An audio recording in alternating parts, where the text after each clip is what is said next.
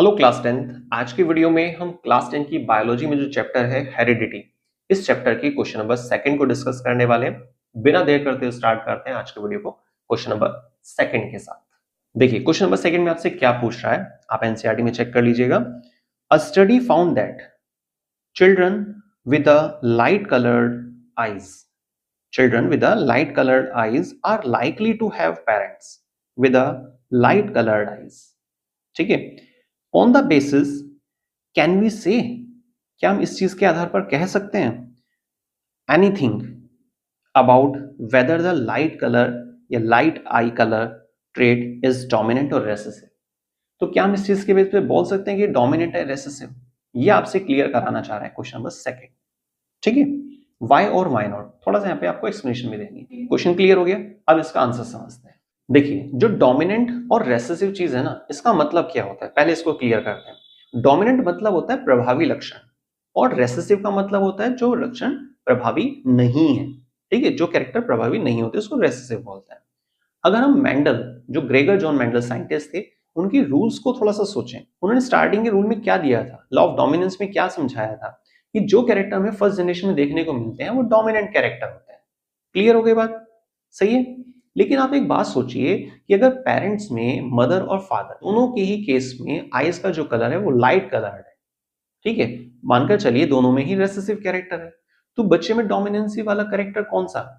ठीक है, आप थोड़ी देर के लिए मान सकते हैं कि भाई हाँ जो कैरेक्टर आएगा वो डोमिनेंट कैरेक्टर होगा, लेकिन दोनों में ही रेसेसिव कैरेक्टर था, दोनों में ही व्हाइट आई का कलर था, इसलिए वहां पे व्हाइट की ही पॉसिबिलिटी है। तो क्या हम रिजल्ट के बेस पे बता सकते हैं कि भाई जो कैरेक्टर हमें देखने को मिल रहा है वो डोमिनेंट कैरेक्टर है रेसेसिव? तो आंसर है नहीं, हम श्योरली ये नहीं कह सकते हैं।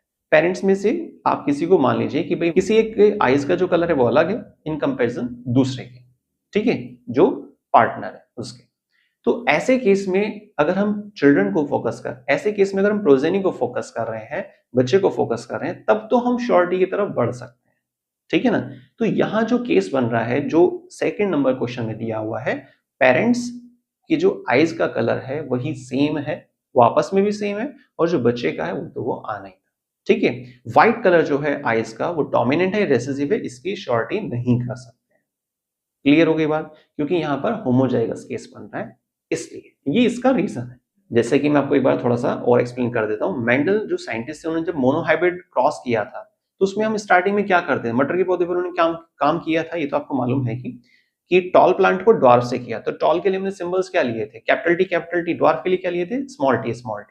ठीक है, तो ये जो है हमारे पास जब प्रोजेनी दिखाते हैं तो वहां क्या पॉसिबिलिटी आई थी, कैपिटल टी स्मॉल टी आ गई थी, भाई कुछ कैरेक्टर यहां से आ गए, कुछ कैरेक्टर यहां से आ गए, तो हमने इस बेस पर डिसाइड किया था कि टॉलनेस जो है वो डोमिनेंसी लिस्ट में, और जो ड्वार्फ वाला कैरेक्टर है वो रेसेसिव में।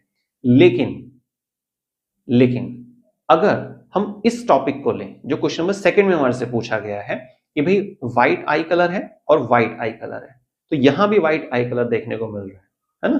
तो यहां तो कोई वेरिएशन रहा ही ना, तो यहां तो कोई डिफरेंस रहा ही नहीं पेरेंट्स में।